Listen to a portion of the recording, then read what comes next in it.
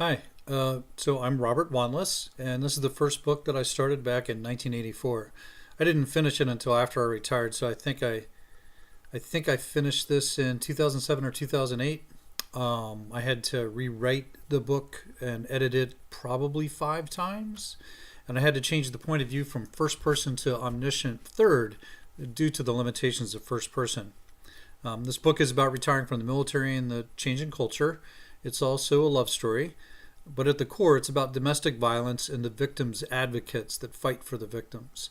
Uh, the novel is White Knight by Robert Wanless. It's available on Kindle for about $4. And while I've met the overworked angels that are the victims' advocates, this is a complete work of fiction. And even though it is a complete work of fiction and none of this happened, there are still thousands of people suffering from domestic violence like every day. This reading starts around page 20.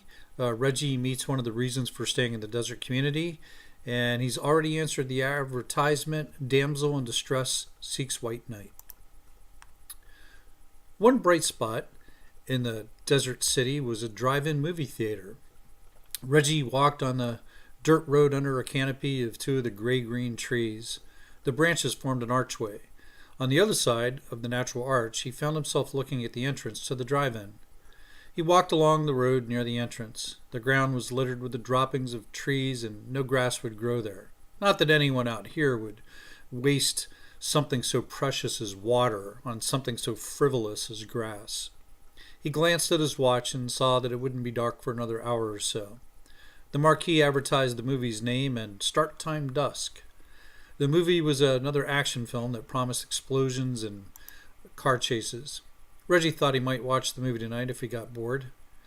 He passed by the drive-in and walked toward the center of town, still a few miles away. He didn't mind the walk. This was easy exercise and quite relaxing. He was out of the Marine Corps and ready for life. He walked and enjoyed the warmth, knowing the temperature would drop with the sun. He walked up the hill leading into town. He passed by storage places where someone could rent a 20 by 20 room by the month or year. Some of his friends rented spaces when they went overseas. He had been to this storage place to collect the belongings of a sergeant that didn't come back. He spent a weekend in a storage space, boxing up everything in the little room to ship back to the sergeant's family. For no reason, he waved at the storage place as he walked by. When he got to the top of the hill leading into town proper, he made a slow 360-degree turn and took in the view of all the mountains in the distance. He could see for 30 miles or more. There was still snow on Big Bear Mountain off in the distance. The sun was setting. The sky was slowly turning purple. Reggie stood to watch the vision and let it unfold on its own. He watched as the few clouds grew silver edges. The sky shifted colors from bright blue through a more somber blue and then to a strange purple that appeared in songs. Right before the sun's disk slipped below the horizon, the sky turned to orange. The sunset was beautiful, and whether he got a job here or not, he knew that he would come back to the desert just to watch another one of these sunsets. Reggie turned and walked back down the hill in the direction of Doug's house. When he got to the bottom of the hill, he realized that he didn't want to go back to the house just yet. He turned like a small child playing, putting his arms out and changed direction to go into the drive-in. He walked past the line of cars that stretched the quarter mile from the entrance to the main road. Reggie paid his entrance fee, laughing on the inside at how cheap this was compared to the movies in the larger cities on the coast. He walked around the car at the head of the line and passing a $5 bill to the lady in the booth and collecting the ticket stub. Reggie headed to the snack bar, planning to get popcorn and a soda. The parking area of the drive-in was dirt. Raised mounds indicated parking spots. A few dozen sparsely located poles poked out of the concrete ovals, hinting that at one time the soundtrack came out of heavy steel speakers.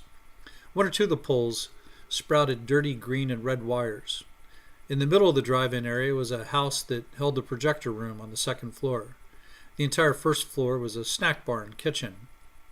In the town's history, 6 or 7 dozen years before, the owners of the drive-in had sold ice cream and popcorn to the townsfolk, provided needed recreation. Way back when the town was just a two-way stop on the road to nowhere, these resourceful people had projected movies onto sheets hung on the wall.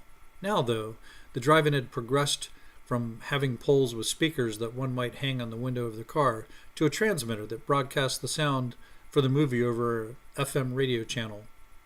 Reggie got into line for popcorn. The line was long and ended outside the door of the snack bar. Reggie looked back at the large outdoor screen to see a preview of another movie adaptation of a comic book hero. Around the drive-in's parking area, Reggie could see pickup trucks parked in backwards with people sitting on the tailgates.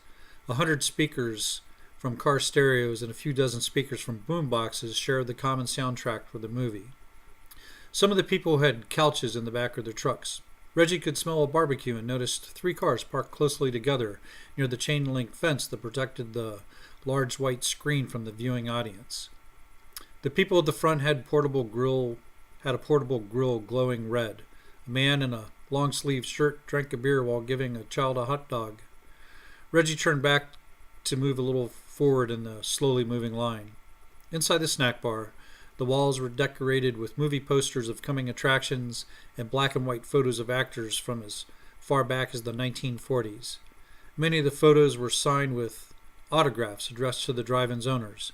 The snack bar had speakers on the wall so the customers could hear the movie while inside the snack bar. A deep voice from the speakers told of coming attractions that people certainly didn't want to miss. He overheard a man in line behind him. "I don't need any back talk." "I wasn't giving you back talk," a girl's voice responded weakly. "That is back talk. You're my girl. We're going to get married. What I don't need is lip." Reggie turned and glanced back at the couple. The girl was pregnant. The girl's face showed her to be stoic yet frightened. Reggie turned back quickly to avoid staring. He got to the front of the line and bought a bucket of popcorn and a large soda. He received his change and walked past the long line of patrons on his way out. Reggie glanced again at the young mother-to-be. She had a pretty face that was hiding behind light brown bangs. Her hair half covered her eyes. Reggie made a small smile at her. The boyfriend didn't catch this. He was mumbling about some people farther up the line who were obviously assholes. The girl made eye contact with Reggie and then quickly looked down at her feet. Reggie stole a glance at the man. While Reggie wasn't small, the girl's boyfriend was big. The guy was easily 6'2". He had muscles.